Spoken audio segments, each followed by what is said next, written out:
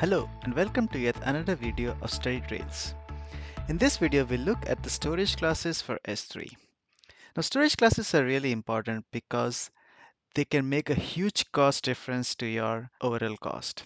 In this video, we'll look at the different storage classes and how we can transition an object from one storage class to another.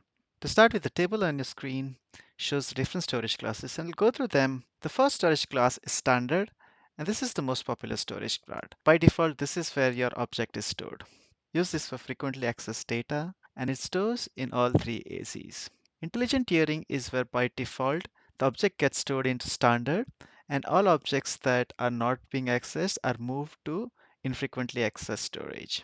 And this is moved automatically, and you only pay for the monitoring charges but do not pay for retrieval fees. And I'll talk about what retrieval fees are. The third class is the standard infrequently accessed class.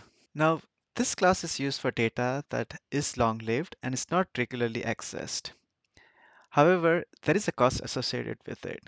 You need to pay for at least 30 days of storage. We'll take a look at the prices in the next video, but there is a huge cost savings when you move to infrequently accessed.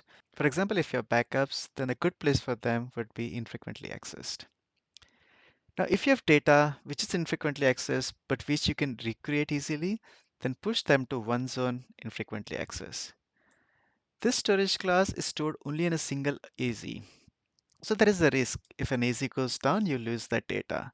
But if you think you can regenerate that data, then one zone IA is perfect for you.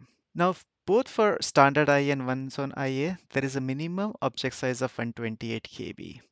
If you have object size less than that, then it is recommended to not use this because you're still being charged for that. Now, after the infrequently accessed is the glacier zone, and this is where huge cost savings come in. You need to pay for at least 90 days of storage for glacier and 180 days of storage for deep glacier. There's also a retrieval time to it. Retrieval is when you want to start using that object. You need to first get that object out of the glacier storage and into an S3 bucket that you can then download data from. For glacier, it takes around minutes to hours to get the data back, and for deep archive it takes around 12 hours. Now for infrequently accessed and glacier, you are also charged per GB retrieval fees, and this can add to your cost. However, if you look at the cost savings that you get, it makes sense to use glacier for data that is not being used for months. So for example, if you need to preserve some data for audit purposes, there are a lot of companies that now want to preserve data for up to 7 years just for audit purposes. And this is where Glacier Deep Archive would be really good fit.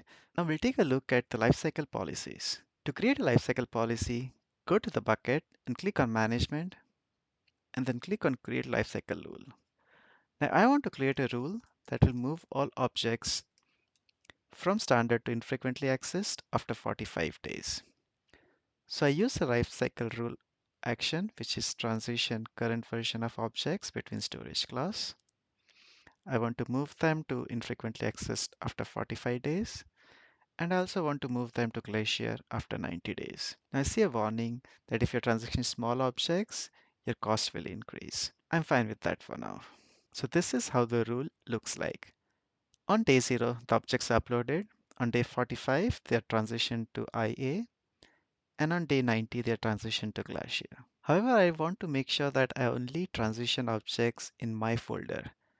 So then what I can do is I can select a prefix. I can say I only want this rule to work in all files inside the prefix my folder. I then click on create rule and then the rule will be created. That's all for this video. In the next video, we'll look at some pricing considerations when using Amazon S3. So stay tuned and see you in the next video.